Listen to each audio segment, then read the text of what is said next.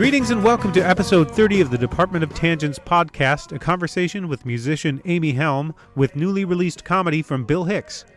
The first thing you notice when you listen to Amy Helm is her voice, front and center. She could sing the phone book, as it were, and it would sound great. She took on Sam Cooke's Good News on her first album, Didn't It Rain, and nailed it. With the Handsome Strangers, she plays rock, Americana, bluegrass, R&B. She goes wherever her musical whims may take her, and that's a trait she shares with her father, Levon Helm of the band. He was one of the masters, and Amy got an education playing with Levon's bands on the road and at the Rambles up in Woodstock. Those are still going on, by the way, and you can sometimes catch Amy Helm there. Check the schedule at levonhelm.com. I caught up with Amy Helm at the Lizard Lounge in Cambridge on a stop on her Woodshed Residency Tour, which brought her and the band to Boston, New York, and Philadelphia every week in March. In the basement green room of the Lizard Lounge, we talked about her first album and the new one she's preparing to record, about her musical education, and about her father and his music. After the conversation, stick around for a newly released track from the Bill Hicks Vaults from Bill Hicks live in Montreal. And now, Amy Helm.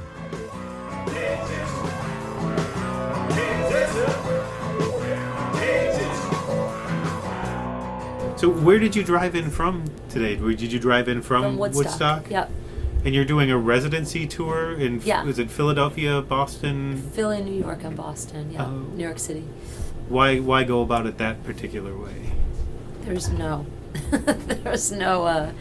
just the drives were reasonable. Mm-hmm. So I guess trying to pick 3 nights in a row that weren't completely insane in terms of distance to each other. And they were kind of equidistant to Woodstock, so we could drive back or stay and make the choice with that. Still, you're doing all 3 of them all month, right? Is that we did 3 weekends, 3 weeks in a row. Yeah, so this is our last week and our last night. Are you looking forward to finally getting home and not driving for a little bit, or do you still have... I had fun with these. I had a lot of fun with these. We were playing, these like the Lizard Lounge, small, really intimate, old clubs that have a lot of history and a lot of vibe, and it's been fun, and it's been very liberating to kind of jump in with a whole bunch of new songs and a rotating cast of musicians. I've had a keyboard player here last week, Cindy Cash Dollars, on lap stool with us this week, and I had a different drummer 2 weeks ago. Or just kind of, it turned into just sort of a kind of constant changing, rotating cast of songs and musicians, and you have to really embrace that it's going to be really loose and that you're probably going to make a lot of mistakes, which we did. And as soon as I did that, I have to say I had a lot of fun. Up until this month, I've been, working with the same, had a pretty set band, and we had a very specific sound and a tone and a thing, and our set list was had become, we were tight. It was good. That was one kind of arc of building something. So it's been fun to kind of throw it all up in the air and get very free. Do you still have that core band? Is that who you're recording with, or is that... No. I mean, I have some, our drummer who's here tonight is from that core band, and then some of the bass players that have been in and out of that band have been switching, but all different guitar players and keyboards and singers and lots of stuff. So are Trying not to sneeze, sorry. Oh, that's Go okay. Are you writing with people, or are you writing on your own now? I've been doing both. I've been writing, I've been trying to co-write with as many people as I can, and trying to open up my mind to learn that process, because it's new for me. I'm new at songwriting. I co-wrote most of the last album that I put out, but I did it with one friend, with my friend Byron Isaacs. So this time I kind of branched out, and I've been doing a lot of different co-writes. Is that an anxiety-inducing thing to write music, to write with a partner, or to write on your own? I mean, only if the song's not good and you play it for people and they shrug their shoulders at you. No, I found it fascinating, honestly. It's not. I've always been, I think, a singer and a, that comes first to me, and it's come naturally. But songwriting and, those people that are like wordsmiths, it's a very different thing. And I've found it fascinating to interact with it and observe it and kind of, check out the magic. It definitely has its own magic to it and its own gift, I think, that lives apart from the song.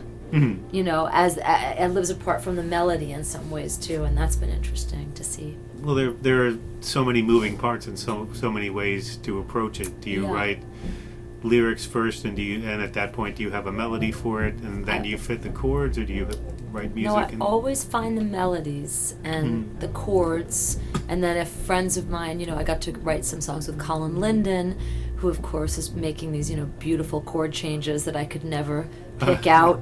I play mandolin and piano and enough to get around, but I don't have that kind of vast knowledge of chords that a musician on his, like Colin Linden has. So when he presented me with some specific melodies and chord changes, I can find melodies easily, but it's always the words where I kind of hit a wall. So I got together with Mary Gauthier, who she's just extraordinary with words. You should see her. To sit in a room with her and tell her, this is kind of the thing I'm trying to convey, or this is the experience I had, and the word path keeps coming into my head, or however I would say it to her, and then she'd kind of, it was like watching a force of nature almost, like the same thing as when you watch a great musician who's kind of taking off on their drum stool or on their instrument, wherever they are on stage, in whatever capacity they're in, they're kind of taking flight. And I felt like Mary did the same thing with words, and John Sebastian was the same way too. I got to write a little with him. Oh, that'd be interesting. Yeah. What kinds of things?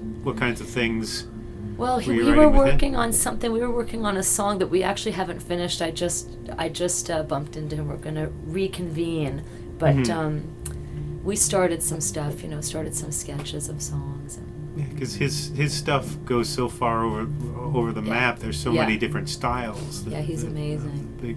When did you write your first song? Well, when I was a kid, I would write songs, but I think the first song I ever wrote on my own was maybe 12 or 15 years ago. 15 years ago or so. And that one was, that was one of those experiences where the whole song just came to me, the whole thing, the words, the melody, everything. And I liked that song, and we played that song. I recorded that song on my last record. What song is that? It's called Sing to Me. But, anyway, that only happened once. I'm waiting to see if something else comes down like that. That immediacy. And then did you think it's going to be this easy all the time after this? No, I knew.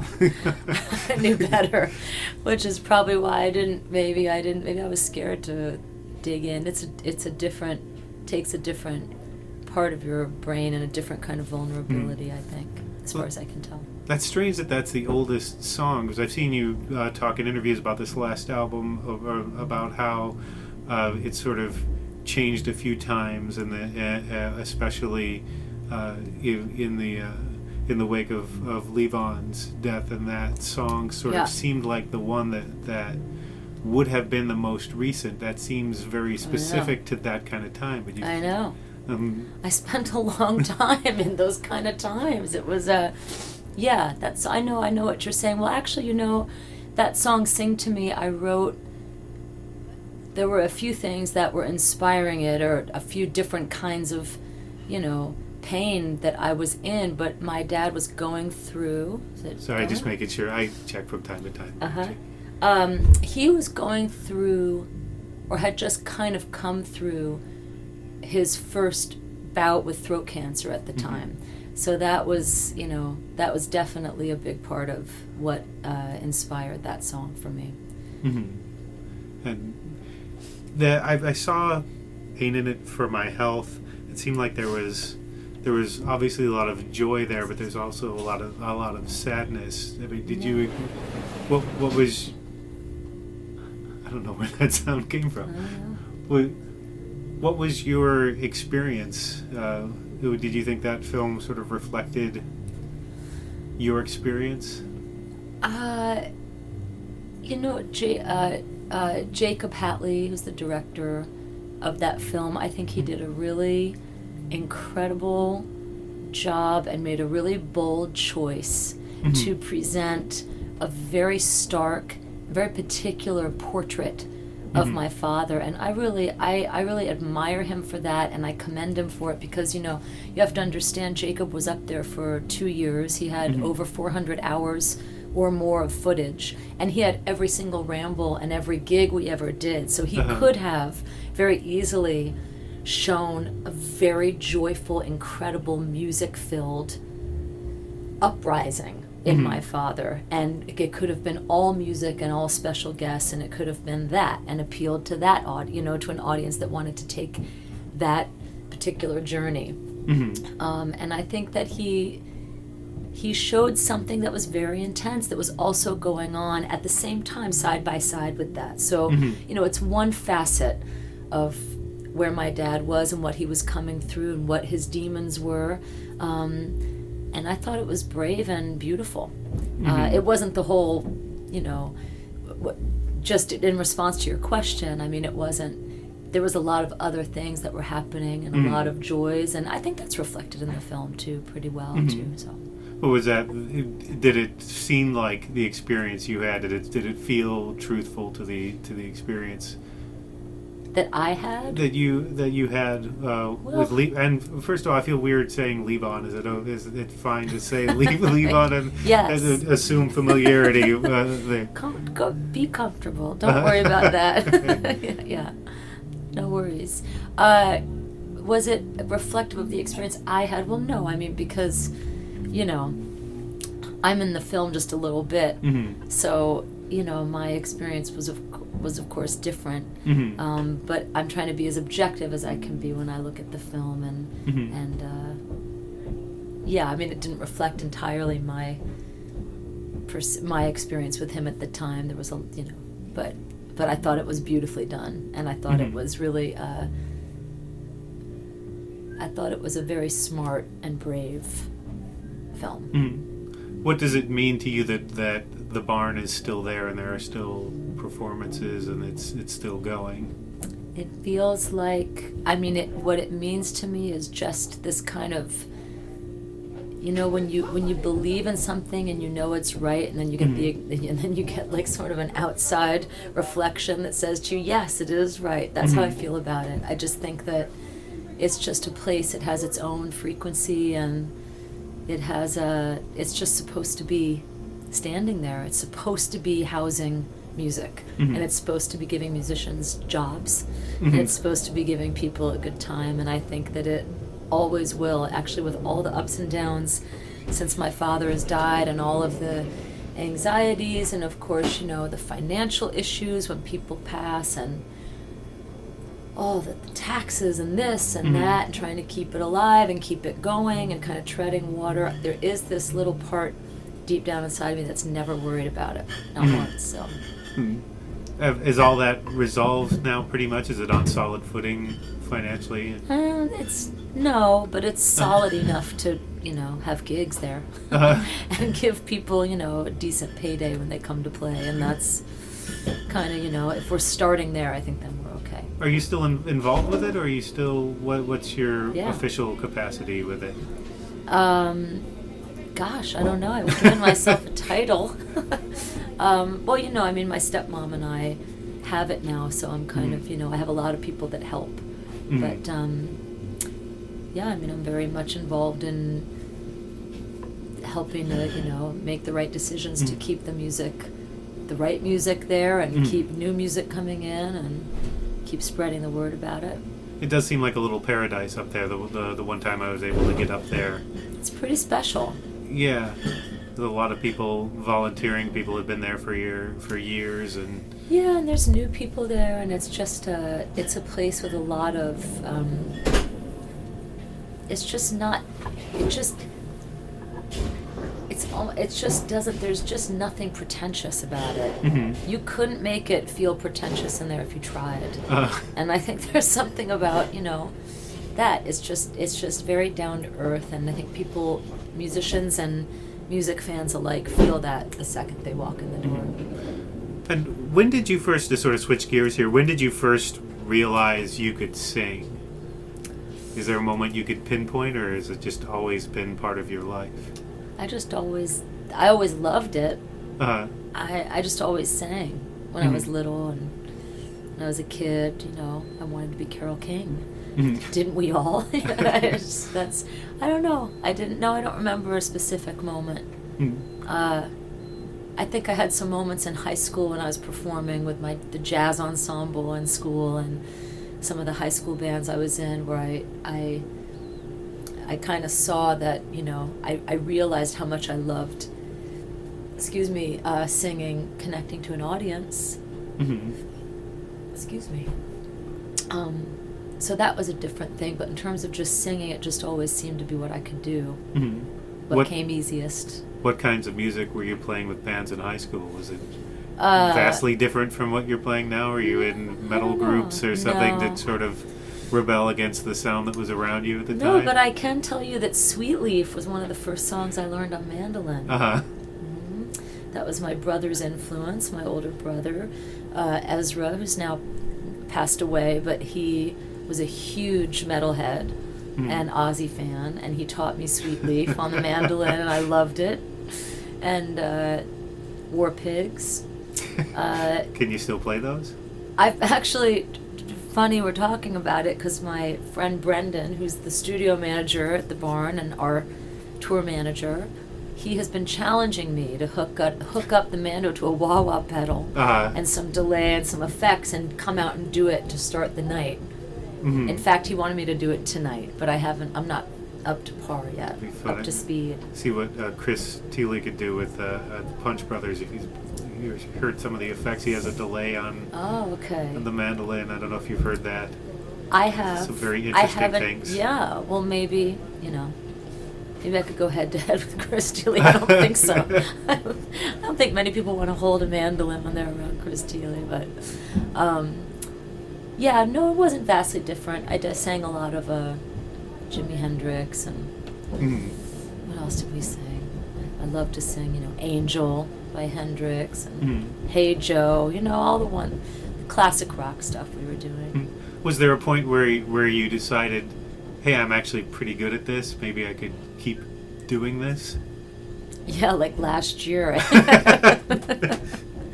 I don't know. I don't remember that. I don't know, you just kind of do it, and then all of a sudden you're making like a little bit better money singing than you are waitressing or bartending, which is what happened for me. So then I just kind of, I don't mean to say that I took it for granted or was blasé about it. I always, I think music, for people who just need to play music and be musicians for their trade, for better or for worse, once you jump in, you're just in it, and you're just kind of scrambling and riding the wave financially, which is inevitable, and so that's what I did. Is that an enjoyable part of it, sort of riding that wave, or is that just pure evil anxiety? That's evil anxiety for many. I mean, it depends on if you have kids or not yet, and if you're living in Brooklyn or if you're living, in Indiana, how much is your rent? I think it's probably worse, depending, but it's not. It's a bummer about that is a bummer about being in the music industry, that I wish could shift back to what, I mean, maybe we idealize it a little bit, but I think that, with my dad's generation, when those guys were coming up, if you wanted to be a musician, you could do it. You could go be a bass player. You didn't have to be a star, and you didn't have to get a record deal. You could just go do it. You could go out and play 15 shows up and down the East Coast and go home and support a family. And I mean, I think that was more prevalent. So. And that's not as easy these days to do. I don't think so. Well, you had some experience. You saw some of this stuff firsthand, what it was like to be in the music industry before you were officially there. Did that help? Did that give you a grounding, what you might be in for? Yeah, I think it did. And I think that it, it gave me a kind of street smart about some things, certainly.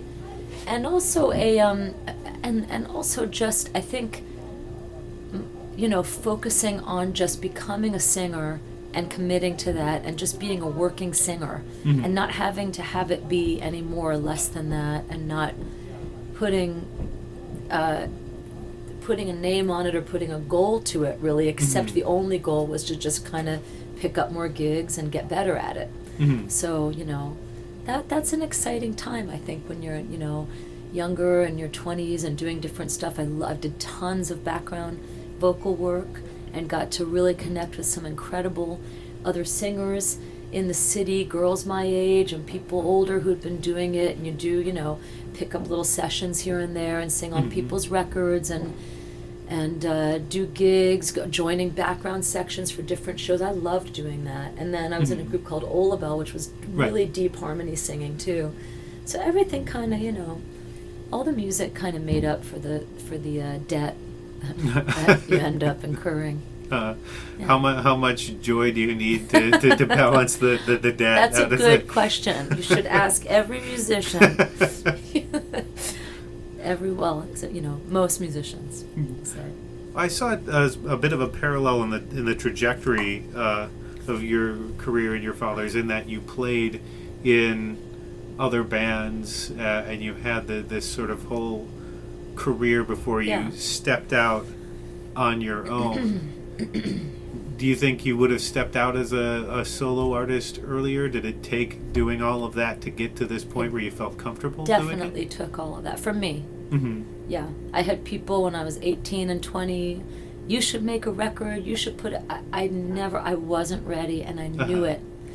And for a long time, I was just having this conversation with a young singer who I connected with, and we were talking about this, and I was reminding myself and sharing with her that for so long I think that I beat myself up for that and thought, I was scared and I should have jumped out there and tried harder, and really truthfully I just wasn't ready.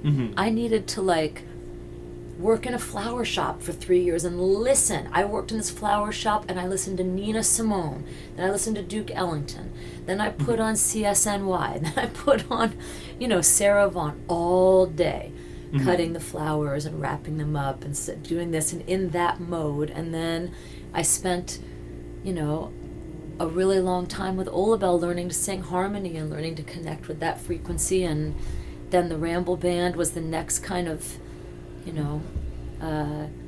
challenge for me, and having to sing over a loud band and having to push the song but stay singing with the band and not sing over them. And I mean, that's one of many things I got from that experience. But yeah, I just wasn't ready. I just needed to find those things first. Was there a point where you recognized your confidence was there to step out? Yeah, I think after that, and I don't even know so much, I've talked about this so much in interviews that it's occurring to me now as we're talking about it. I don't even know if it was per se a confidence, but it was just I think that I had a genuine interest in learning the harmony singing first, and then in learning the collaborative thing with these. I gravitated to that because my mind and my kind of my musical self wanted that. And then when I had internalized that stuff, then I started to feel like I had something to say singing a lead song, and that I could then challenge myself to sing 4 lead songs in a row, instead of 1 or 2 a night, as I did with Ollabelle and the Ramble Band. You have particular ingredients you wanted to learn how to use. Ingredients isn't the right necessarily descriptor for that. Yes, exactly. Ingredients and tools, and just, I don't know.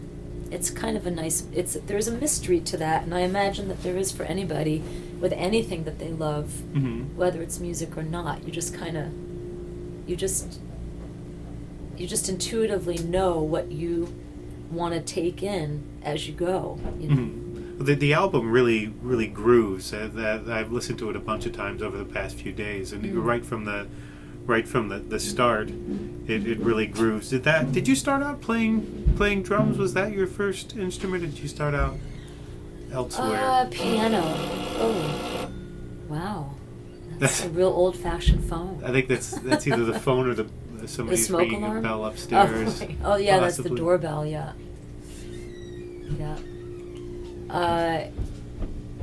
What What were we talking about? Well, piano. Piano was my first instrument. Piano was your first instrument, yeah. And singing, yeah. Mm-hmm. That groove is really deep on there. Is that one of the things you found? You'd said that you had recorded basically the whole album and then put it aside and then recorded it again once the band was sort of had been on the road for a while. Yeah. Was that groove one of the things that you sort of found? On some of it. I mean, we re-recorded about half the record. Yeah. Certainly some of those grooves were found on the road with Byron and Dan and Dave, and then a lot of it was me finding, being able to sing the songs just stronger because you do it, You do 20 gigs and you're going to be very different from the first to the 20th gig. Right. Even I think that's true even if you've been playing, even if you've been doing it. If you go out, if you haven't been on the road for a few months and you go out and you do a tour, even if you're in your 70s, I mean, you're going to sound stronger. The whole thing's going to get synergy by the last show. So. That 10,000 hours tipping point. Right. But I felt that was a little exaggerated with our thing because I had never done it before. So I was like struggling to get through a 45-minute set of material when I first started, and then, kind of went from there to being able to hold it a little better. So. Now you have different players that you're playing with on the road, and I'm assuming, are you going to record with different players as well when you? Yeah, I think so. Is that you're smiling when you say that? Are you looking forward to recording? I'm very much looking forward to recording. I'm smiling because it's all very, it's a lot of different possibilities, and they're all kind of floating out there. Nothing is quite set in stone, which is just fun and curious, I guess. My smile is excited for that, and just abandoning myself to the idea of that, I think, right now. Is it going to be a different process, do you think, than the first album, recording with so many different people? Yeah, because we're going to do it in 5 days instead of 5 years, and I'm so excited for that aspect of it. Is it going to be people playing live together? Is that? Yeah. Yeah. That's going to be hard to manage, I would assume, if you've got a lot of different players sort of swapping in and out. I don't know how many we're going to swap in and out. I think we're going to get locked down on a set group of people and maybe pull in a couple folks here and there and hopefully do it in a few days.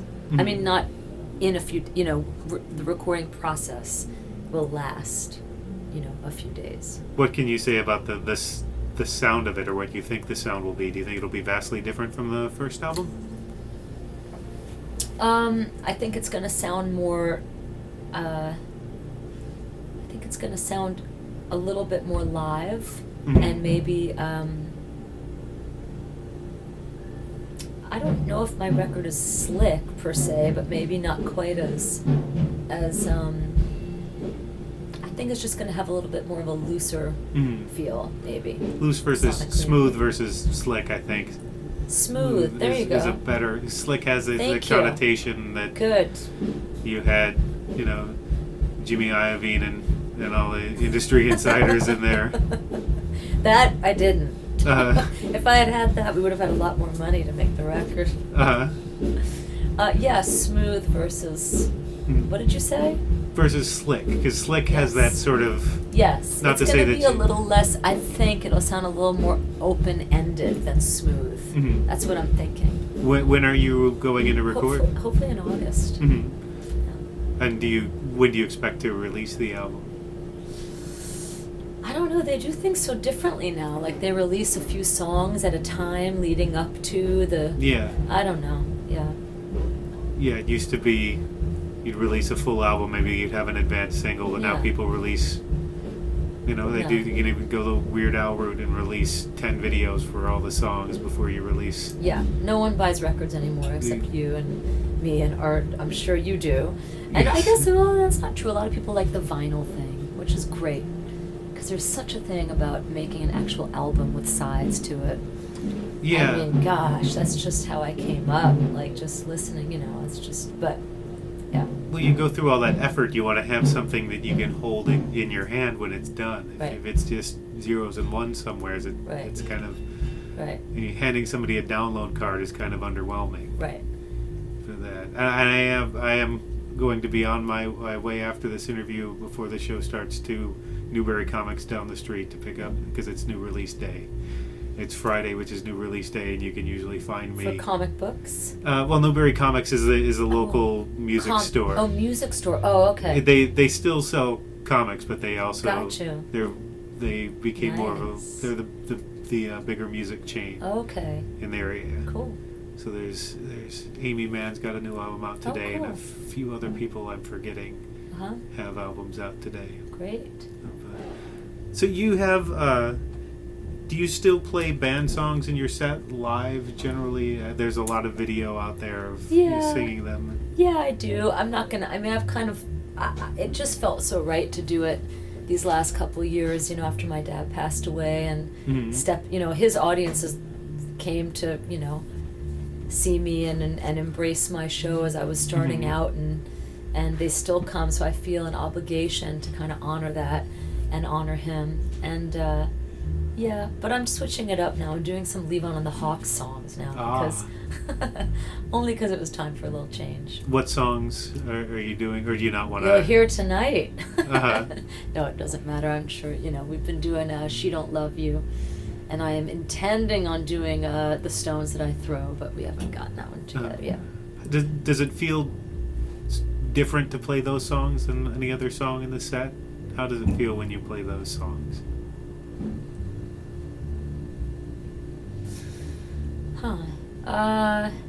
Does it feel different? It does, and I'm trying to think of the best way to describe what Mhm. it feels like.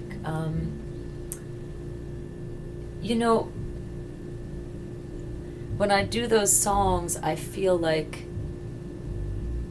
it just feels like there's something fun about it that I can't explain. Uh-huh. Like there's something fun about leaning into that and kind of like I don't know, it's a little like I think my dad would be tickled if you heard us doing it. So there's something to me, I guess maybe I think about that a little bit.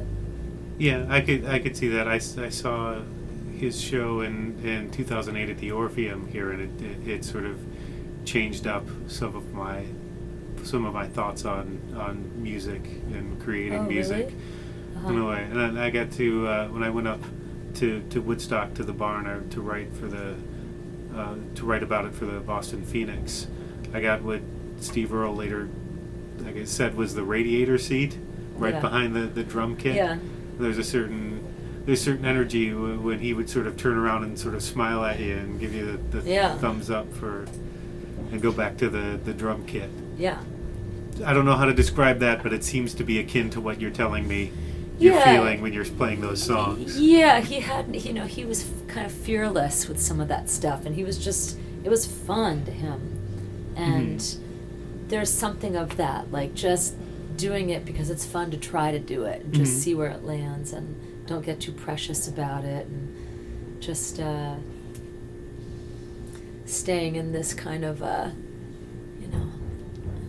staying in your own kind of groove with it, I think, and not getting self-conscious about it. Right. Yeah. Is there any thought that you need to establish something outside of his legacy, that there's that you need to sort of get somewhere?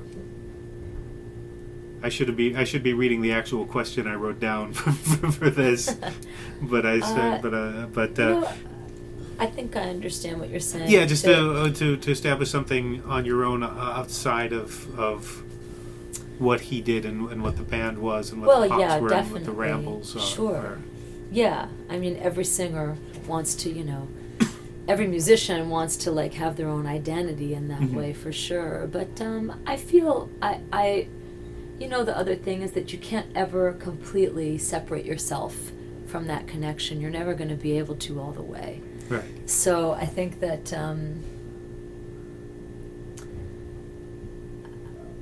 I feel like I have my group of peers and musicians that I play with, and people that come to my shows that I feel I have that with. So if and when I do band material, it feels really like a really appropriate and joyful kind of connection to him, rather than staying in something that doesn't let me, you know what I mean? Right. It all feels very natural to me. I don't feel like a deep burning desire to push all of those songs away and do something. I don't know. I think it's because I played side by side with him too for so long that I might feel differently about it. Right, and what would that look like if you tried? It would be something so foreign. I don't know if that's. If I tried to if you like, tried hard to get away from like, the legacy, right. It would. I don't know what you'd have to do. You'd have to, like I said before, you'd have to put out a punk album or you'd have to put out. Yeah. I don't know what you'd have to do to. Yeah. I mean, I think that I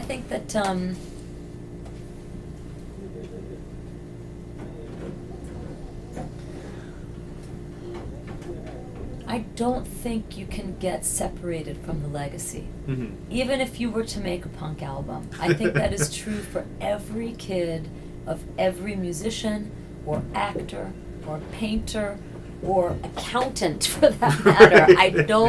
I think that if your dad is a well-known accountant and you fall into the same line of work and you walk into the office with him and he trains you and takes you under his wing, you will always be, Jimmy's kid. It's always going to be that. So I think that, you just kind of,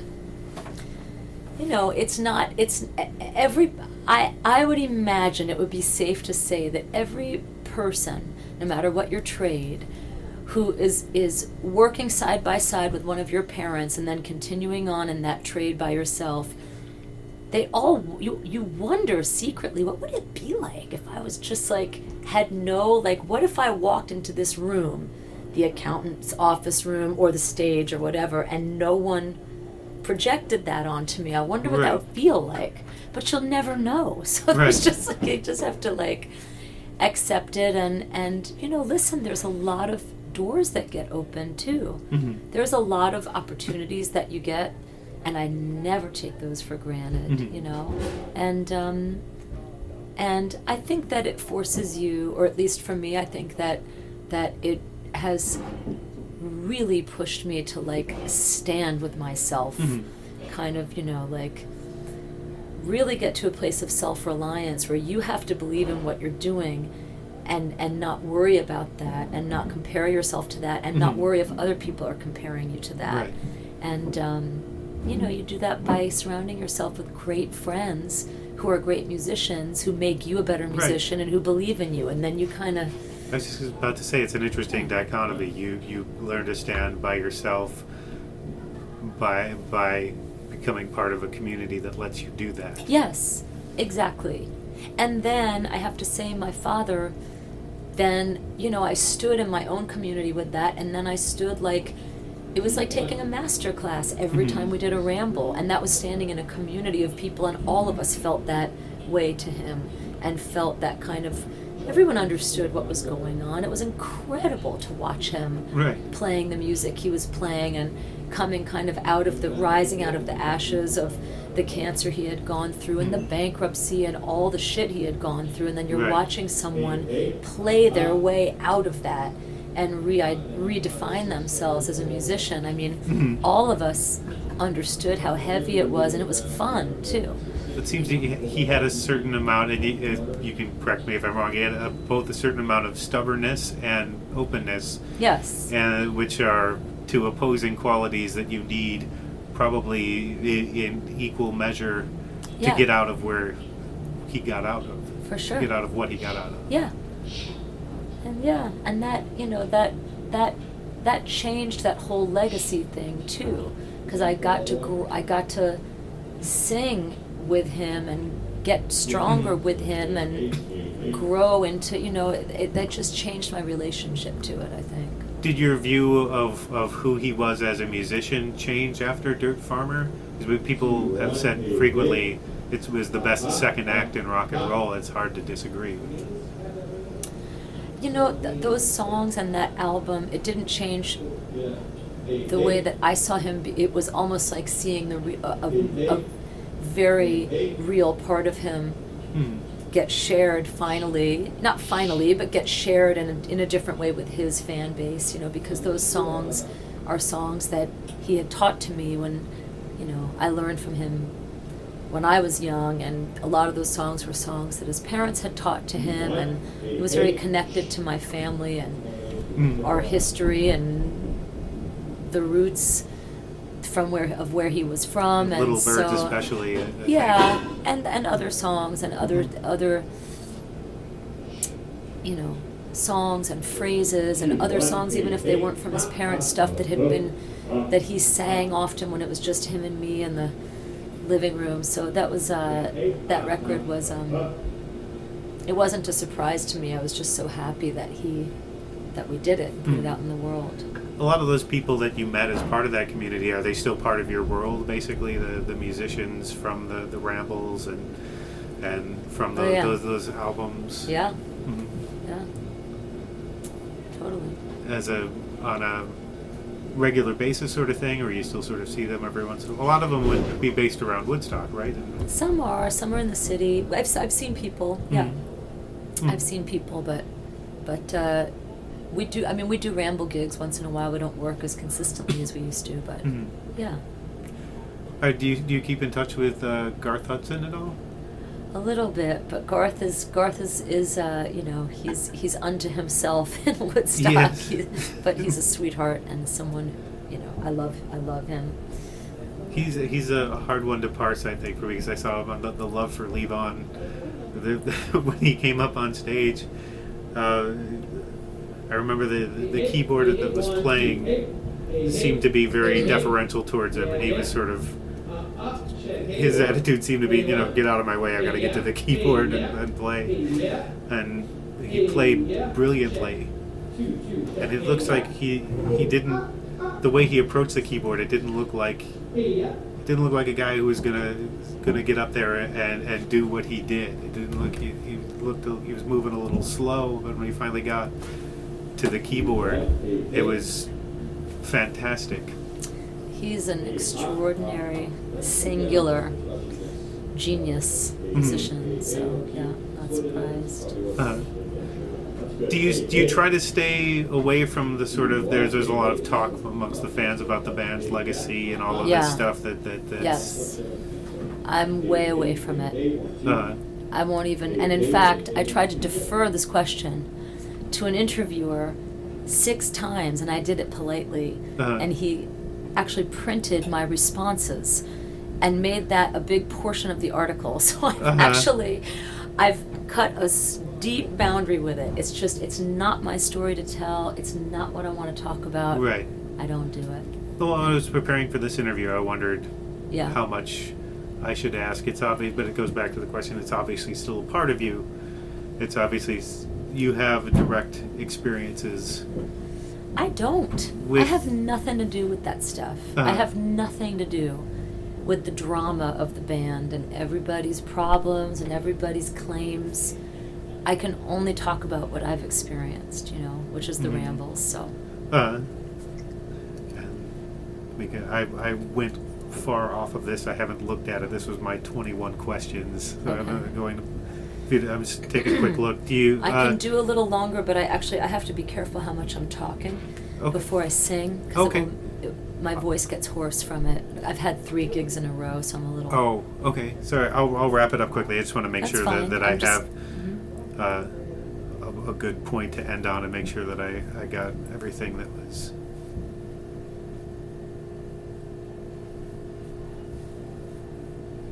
Thank you for doing this, by the way. No worries. Thank you.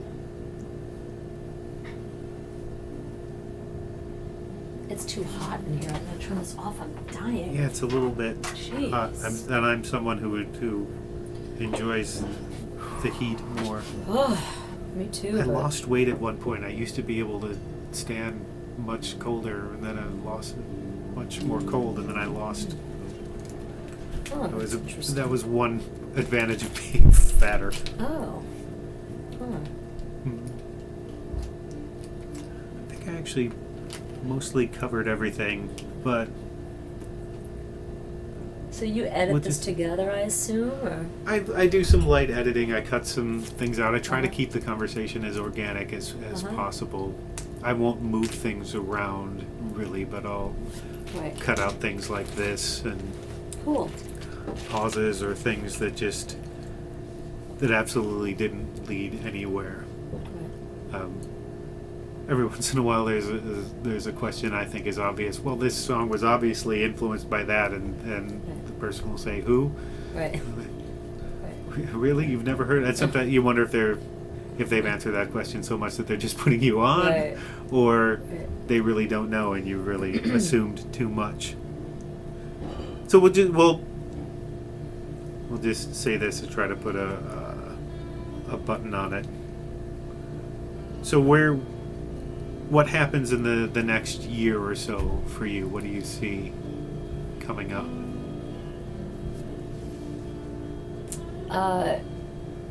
Hopefully a lot more shows, a lot of work. Hopefully a lot of work. You've been on every kind of stage imaginable. Just looking through the YouTube, you've been in festivals and clubs and I know. barns It's and been fun. and Yeah. piers and outdoor stages Yeah. everywhere you could possibly I'll play. take another year of that. That would be great. Uh, Another year of that, and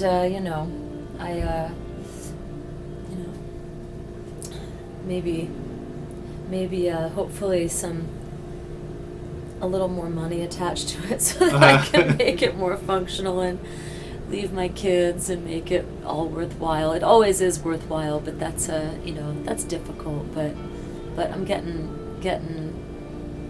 Mhm. my balance together with that. So. And where should people look for your stuff? What's I the have no best way? idea. You don't know all I don't know. all the web stuff and I all don't of know. that? Oh, you mean the new? I thought you meant the new album. Do you mean the new album, or The my new stuff, album, or your the one that's out there? Or? Tour dates, the new Tour album, anything dates, that's new. How do people yes. keep track of what you're? I have heard that Facebook is a great way to do that. I myself don't have. I have a Facebook music page, but I don't even know how to sign into it because I just cannot. I have trouble answering emails these days, let Right. alone getting on Facebook. So I don't do it, but I know, I've heard that all the stuff is posted on that. You've heard that someone Or does that. if you're old and cranky like me and you hate Facebook or you just Uh-huh. don't know how to even sign into a thing, you can just go to amyhelm.com. And that's where I go sometimes to double check when a gig is, and the gigs are listed there. It's funny that people are saying that Facebook is for the old cranky people now, and See that? I Twitter missed a whole. is the next Twitter's generation the down, next- and then there's I'm sure there's something I'm missing. I'm a purist. I stick to the web pages. Uh-huh. I like to go to someone's website and not be, bombarded with stuff. I just like one thing. Mhm. Okay, I love Tom Petty. Is he on tour? He is on tour. Where is he playing? Like tompetty.com. Right. Whatever I'm checking out and I need to go see. Like that's, Mm-hmm. But don't get me started on that because you don't want to hear my whole soapbox about modern culture and social media. Well, maybe Next next time. time. I don't want to wear out your voice. Well, thank you for doing this. I appreciate it. Thank you very much. Thanks, Nick. An arrow through the head isn't always a trick. Thanks again to Amy Helm for sitting down with me before her show in March, and also to the Lizard Lounge for allowing me to tape the episode there. Find out more about Amy Helm's tour dates and her recordings at amyhelm.com. Thanks also to J.D. Cohen, who took all of the photos in the gallery on the blog post for this episode. You can find out more about his work on Facebook at jdcohenphotography.com, JDCOHEN. To play us out, a track from Bill Hicks live in Montreal, which was released by Comedy Dynamics on April 14th. This is taken from a show at Just for Laughs in 1991, and it's one of my favorite bits. You might recognize it from the Dangerous album on the Flying Saucer Tour track or from the Sane Man special. This version is newly released to audio. And if you enjoyed this episode, you can subscribe on iTunes, Stitcher, Google Play, or wherever you prefer to get your podcasts and never miss an episode. And now, Bill Hicks. Get this, another true story. This is going to frighten you because it's absolutely true. I'm down in that town, Fife. After the show, I go to a Waffle House. I'm not proud of it. I'm hungry. I'm eating, I'm alone, and I'm reading a book. Waitress walks over to me. Hey, what you reading for?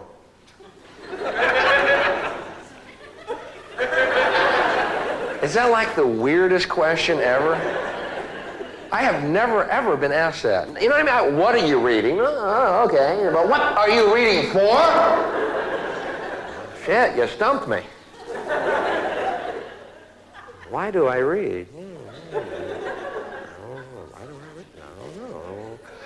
Guess I read for a lot of reasons, you know, and one of them is so I don't end up being a fucking waffle waitress, all right?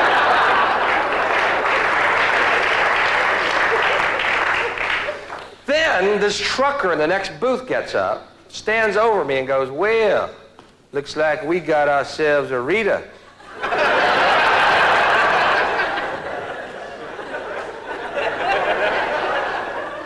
What the fuck's going on here? Like I walked into a Klan rally in a Boy George outfit or something. It's a fucking book. I read. There, I said it. Waitress goes, why read when you can just flip on the tube? Because it's not the same. What do you think I'm reading? Hee Haw the book? She said, huh? Neil Young.